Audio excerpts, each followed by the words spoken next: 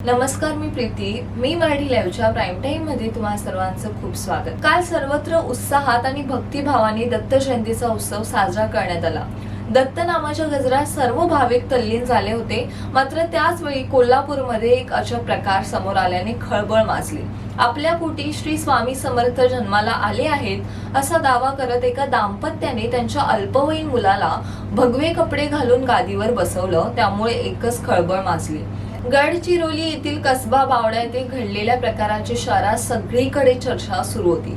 मिळालेल्या माहितीनुसार इंद्रायणी हिलेश वलादे आणि हितेश लक्ष्मण वलादे असे संबंधित संशयित दाम्पत्याचं नाव असून शाहूपुरी पोलीस स्टेशन मधील अधिकाऱ्यांनी त्या पालकांवर गुन्हा दाखल केला आहे. या प्रकरणी अधिक तपास देखील सुरू आहे. अरबी समुद्रात भारताच्या जहाजावर ड्रोन हल्ला झाल्याची माहिती ताजी असतानाच आता आणखी एक मोठी बातमी समोर आली आहे. मुंबईतील भारतीय रिझर्व्ह बँकेला ईमेलद्वारे धमकीचा मेसेज आल्याची धक्कादायक माहिती समोर आली आहे. आरबीआयच्या कार्यालयात बॉम्ब ठेवल्याची धमकी देण्यात आली. खिलाफत इंडिया नावाच्या ईमेल आयडी वरून ही धमकी देण्यात आली आहे. आरबीआय एचडीएफसी बँकेत बॉम्ब ठेवल्याची धमकी मेलद्वारे देण्यात आली आहे. आरबीआयच्या ईमेल आयडीवर आज सकाळी 10:30 वाजता ईमेल आला होता. या ईमेलमध्ये आज दुपारी 1:30 वाजता मुंबईतील 11 ठिकाणी बॉम्बस्फोट होतील. आम्ही मुंबईतील 11 ठिकाणी हे बॉम्ब ठेवले आहेत अशी धमकी ईमेलद्वारे देण्यात आली आहे.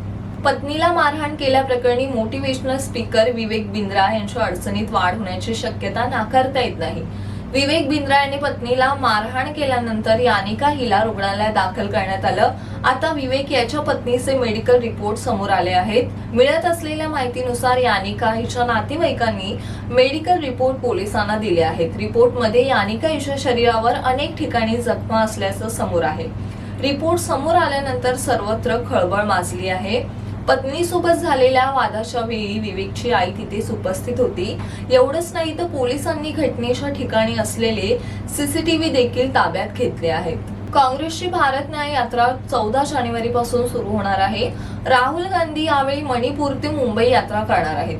काँग्रेसचे सरचिटणीस के.सी. वेणुगोपाल यांनी बुधवारी ही माहिती दिली. राहुल गांधी यांचा यात्रा मार्ग 6200 किलोमीटरचा असणार आहे. 14 जानेवारी ते 20 मार्च पर्यंत भारत न्याय यात्रा चालेल.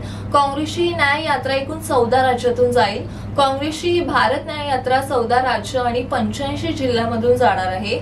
मणिपूर, नागालँड, आसाम, मेघालय, बंगाल, बिहार, झारखंड, ओडिसा, छत्तीसगड, यूपी, मध्य प्रदेश, राजस्थान, गुजरात आणि महाराष्ट्र मुंबईत येणार आहे. यात्रा मार्ग मोठा आहे. काही ठिकाणी बसने तर काही ठिकाणी पायी प्रवास होईल. काँग्रेसचे अध्यक्ष मल्लिकार्जुन खरगे भारत न्याय यात्रेला हिरवा झेंडा दाखवतील.